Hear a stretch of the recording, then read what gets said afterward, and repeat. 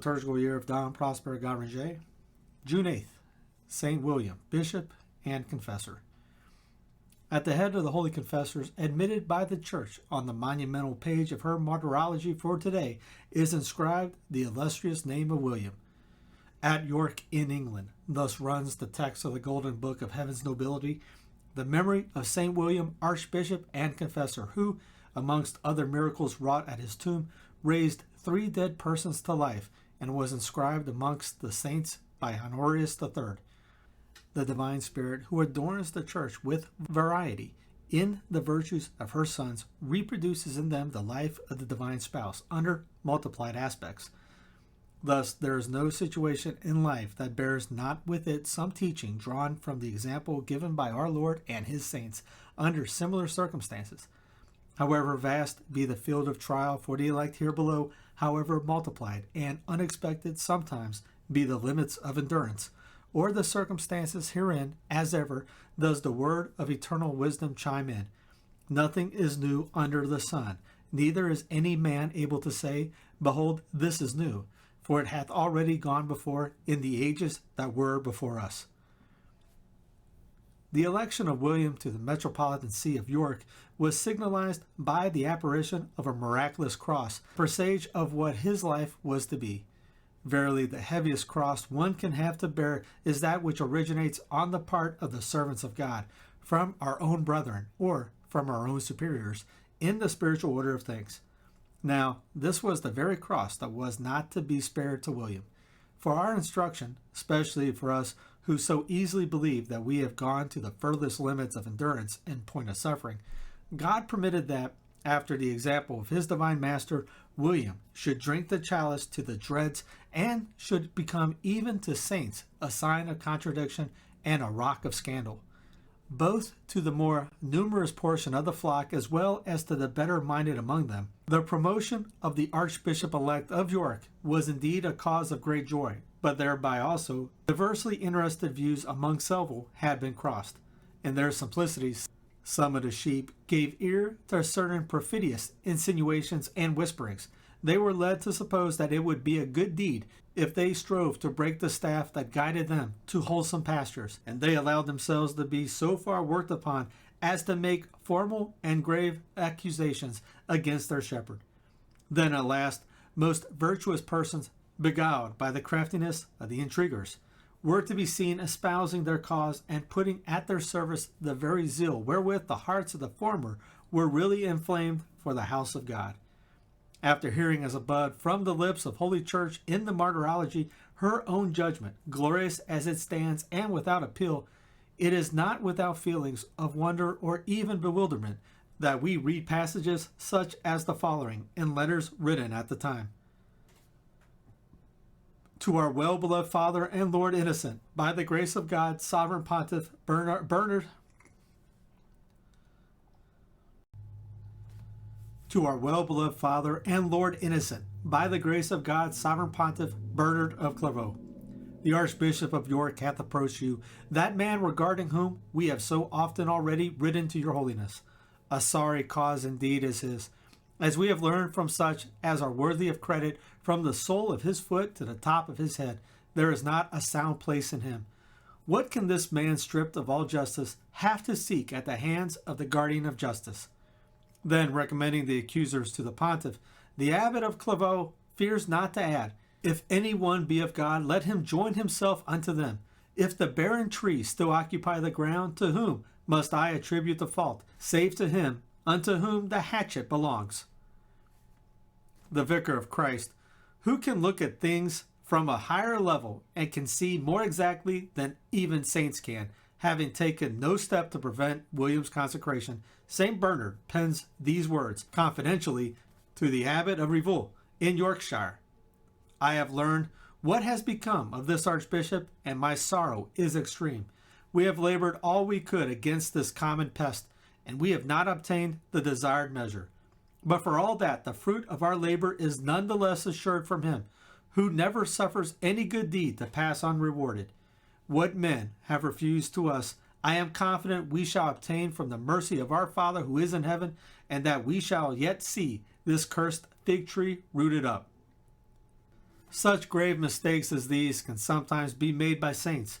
Cruel mistakes indeed they are, but very sanctifying to those saints on whom the blow falls. And though veritable precautions, yet are they not without one sweet consolation for such saints as these, inasmuch as there has been no offense to God on either side. Innocent II being dead, Bernard, convinced that the honor of the church was at stake, repeated his supplications more urgently than ever to Pope Celestine II and the Roman court. "The whole world is aware of the devil's triumph," he exclaimed, and with such fiery zeal that we somewhat modify the strength of his expression. The applause of the uncircumcised and the tears of the good resound far and wide. If such were to be the finale of this ignominious cause, why not have left it in its darksome nook? Could not that infamous man, the horror of England and the abomination of France, have been made bishop without Rome also witnessing the general infection to pervade as far as the very tombs of the apostles? Well, be it so. This man has received sacrilegious consecration, but still more glorious will it be to precipitate Simon from mid-air than to have prevented his mounting thus far. Otherwise, what will you do with the faithful, whose sense in religion makes them suppose that they cannot with a safe conscience receive the sacraments from this leprous hand? Are they then to be forced by Rome to bend the knee to Baal? Rome, however, was slow in letting her be convinced, and neither Celestine nor Lucius II, who succeeded him, was willing to find in the great services the justifiable ascendancy of the abbot of Clairvaux a sufficient reason to pronounce a condemnation, the justice of which was far from being proved to their eyes.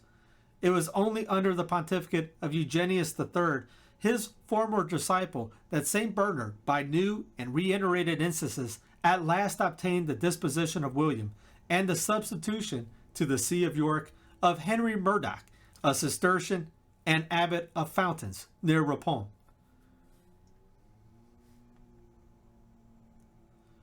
All the time that his humiliation lasted, writes John, Prior of Hexham, William never let a murmur of complaint escape him, but with a silent heart and with his soul at peace, knew how to keep patience. He reclaimed not against his adversaries, nay, still further, he would turn aside his ear and his very thought from those who judged them unfavorably. None of those who shared his grace showed themselves so continually given up as he to prayer and labor. 5 years afterwards, 8 July 1153, Eugenius III died, as also the abbot of Clairvaux on the 20th of August, and Henry Murdoch on 14 October. The canons of York once more elected William, and he was reinstated in the plenitude of his metropolitan rights by Anastasius IV. But God had willed to affirm here below the justice alone of his cause. 30 days after his triumphant return to York, he died, having only just solemnized the festival of the Holy Trinity, for whom he had suffered all. We here give a few lines wherein the liturgy records the trials and virtues of St. William. Blessed William, born of most noble parents, to wit, Count Hubert, being his father, and Emma, sister of King Stephen, being his mother, was remarkable from earliest youth for singularly great virtue. Growing in merit as he advances in ages, he was made treasurer of York, in which office he so behaved as to be held by all the father of the needy in general. Nor indeed did he esteem anything a more precious treasure than to despoil himself of his wealth, that he might more easily minister to the wants and those laboring under poverty. Tursten, the archbishop, being dead, he was elected to succeed him, though some few of the chapter dissented. But St. Bernard, on the ground of this election being faulty according to the sacred canons, appealed against him to the apostolic see, and hence he was disposed by Pope Eugenius III. The which thing was in no ways taken as a grievance by this holy man, but rather as offering an excellent occasion of exercising humility and of serving God with greater freedom.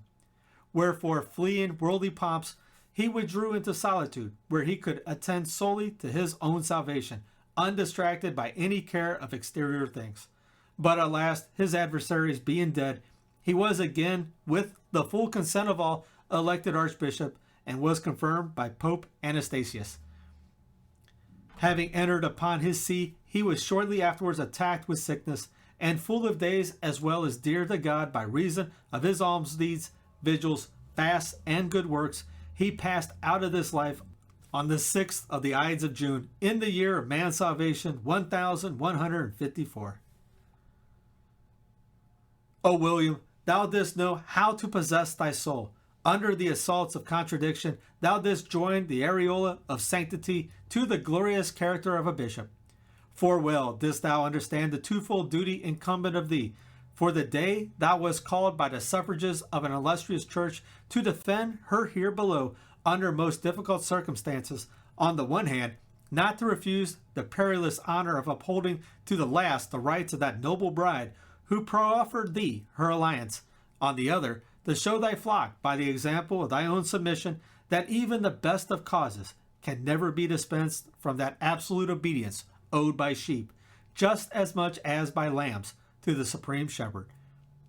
He who searches the heart and the reins knew how far the trial could go, without either altering the admirable simplicity of thy faith or troubling, in consequence, the divine calm wherein lay thy strength.